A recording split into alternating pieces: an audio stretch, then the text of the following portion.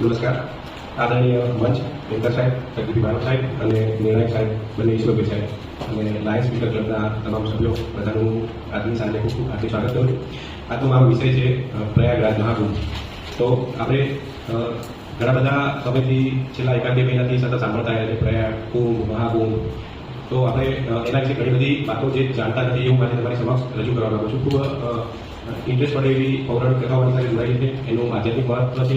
આધ્યાત્મિકની સાથે સાથે એક રાષ્ટ્રીય મહત્વ પણ જોડાયેલું છે, જેના વિશે આપણે એમને સાંભળશું. તો શબ્દ છે કુંભ. કુંભનો મતલબ થાય છે કળશ. કળશ એ બેઝિકલી આપણે અમૃત કળશની વાત કરવા માંગીએ છીએ કે જ્યારે સમુદ્ર મંથન થયું ત્યારે સૌ પ્રથમ કવિશ નીકળ્યું, જે ભગવાન શિવજીએ પોતાના ગળામાં ઉતારી અને ગળામાં જ ધારણ કરી રાખ્યું, એટલે એનું નીલકંઠ કહેવાય. પછી ઘણા બધા ખજાનાઓ આ બધી વસ્તુ નીકળી. સૌથી છેલ્લે અમૃત કળશ નીકળ્યો, જે ભગવાન ધન્વંતરી, જેને કહેવાય કે આ પૃથ્વીના સૌથી પહેલા ડોક્ટર હતા, અને એમના જ ઉપરથી આપણે ધનતેરસની પૂજા પણ કરતા આવ્યા છીએ. તો એ અમૃત કળશ બહાર આવ્યો. હવે દેવ અને દાનવો વચ્ચે એક યુદ્ધ થયું અને આ અમૃત કળશ ઇન્દ્રના પુત્ર જયંતના હાથમાં આવ્યું, અને એ જયંત આ કળશને લઈને ત્યાંથી ભાગી ગયા. દેવ અને દાનવો વચ્ચે 12 દિવસ આ યુદ્ધ ચાલ્યું, આ ભાગદોડ ચાલી. એની બે ત્રણ પૌરાણિક કથાઓ છે કે એક કથામાં એવું કહેવામાં આવે છે કે જે આ ભાગદોડ થઈ 4 જગ્યાએ ભૂત પડી, જે પવિત્ર નદીના કાંઠ ઉપર પડી હતી.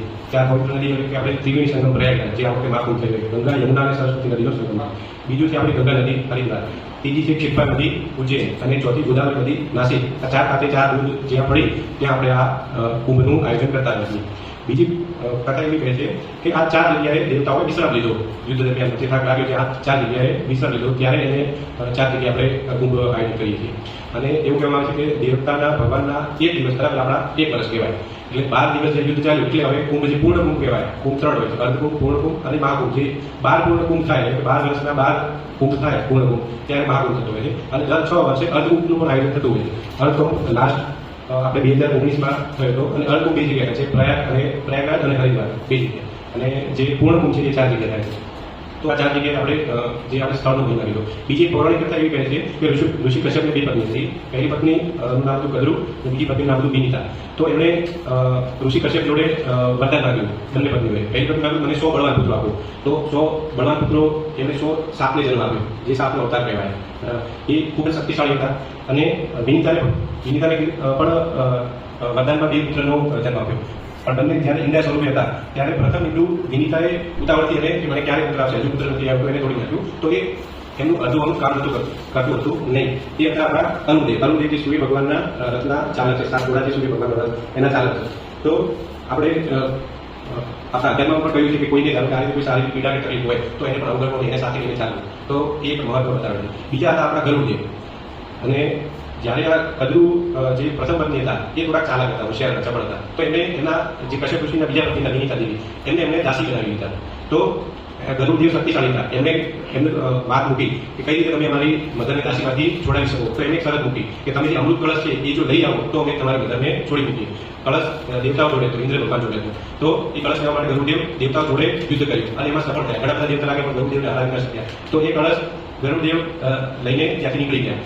તો બધા દેવતા દોડીને વિષ્ણુ ભગવાન જોડે ગયા. વિષ્ણુ ભગવાને વાત સાંભળી, વિષ્ણુ ભગવાન મેદાનમાં ઉતર્યા, અને વિષ્ણુ ભગવાન અને ગરુડદેવ વચ્ચે યુદ્ધ ચાલ્યું. યુદ્ધમાં વિષ્ણુ ભગવાનને લાગ્યું કે ગરુડદેવ અતિ શક્તિશાળી તો છે, હું એને હરાવી તો દઈશ, હું ભગવાન છું. પણ જે માણસ જોડે અમૃત કળશ આવે છે પોતે પીતો નથી અને લઈને જાય છે.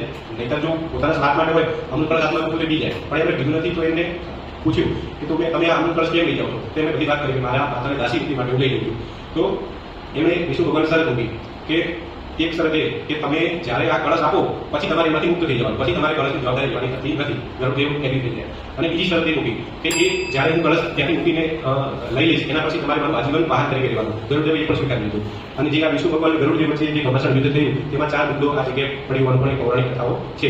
અને વર્ષો જતા આપણા આદિગુરુ શંકરાચાર્ય જે ખગોળના શાસ્ત્રી હતા, તો એમને ખગોળ વિશે બહુ વધારે જ્ઞાન હતું. તો એમને એવું જાણ્યું કે તારાની એવી સ્થિતિ થાય છે દર 12 વર્ષે કે જેનાથી એક બ્રહ્માંડમાં ઉર્જા ઉત્પન્ન થાય છે, અને એ ઉર્જા આપણી પવિત્ર નદીમાં આવે છે. તો એમાં સ્નાન લેવાથી આપણને ખૂબ સારું સુખ સંપત્તિ અને આધ્યાત્મનો અનુભવ થાય છે. તો એના માટે દર 12 વર્ષે થાય છે. અને 144 વર્ષે ગુરુ, ચંદ્ર અને સૂર્ય એ પણ એક જ લાઈનમાં આવતા હોય છે, ત્યારે એનું મહત્વ ઓર વધી જાય છે. અને બીજું કે આદિગુરુ શંકરાચાર્યએ જે તે સમયે ભારત ભ્રમણ વખતે જોયું કે ભારતની સ્થિતિ ખૂબ નાજુક હતી, સનાતન ધર્મની સ્થિતિ ખૂબ નાજુક હતી. તો એમણે અખાડાઓની સ્થાપના કરી, અને અખાડાઓમાં એમને નાગા સાધુને ટ્રેન કર્યા, જે એમના અખંડ અને કહેવાય કે કઠોર સંકલ્પ માટે જાણીતા હતા અને એમને વર્ષોમાં જ્યારે પણ ભારત ઉપર મુસ્લિમ શાસકોએ જ્યારે પણ હુમલા કર્યા, મંદિરો તોડ્યા, તો એ સમયે એમને સામે આવી બચાવ કર્યો. જેમ કે 1664માં કાશી મંદિર અને 1757માં ગોકુળ મંદિર ઉપર જ્યારે આક્રમણ થયું ત્યારે આ નાગા સાધુ આવી અને યુદ્ધમાં એમને હરાવે અને ભારતની આપણને ત્યારે જાણી રાખી. આ નાગા સાધુ જ્યારે 12 વર્ષે મહાકુંભ થાય છે ત્યારે એ આવીને પોતાનો સંકલ્પ દ્રઢ કરે છે કે અમે ભારત માટે છીએ, અમે ભારત માટે હતા અને રહીશું. ભારત માતા ની જય.